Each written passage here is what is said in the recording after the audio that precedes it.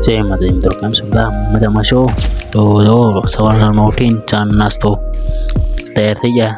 આપણે મંદિરમાં પહોંચ્યા. જો પોલીને બે જો મિત્રો ફઈને બાપે વાતો કરી રહ્યા અને બાના દવાનો ટાઈમ થઈ ગયો.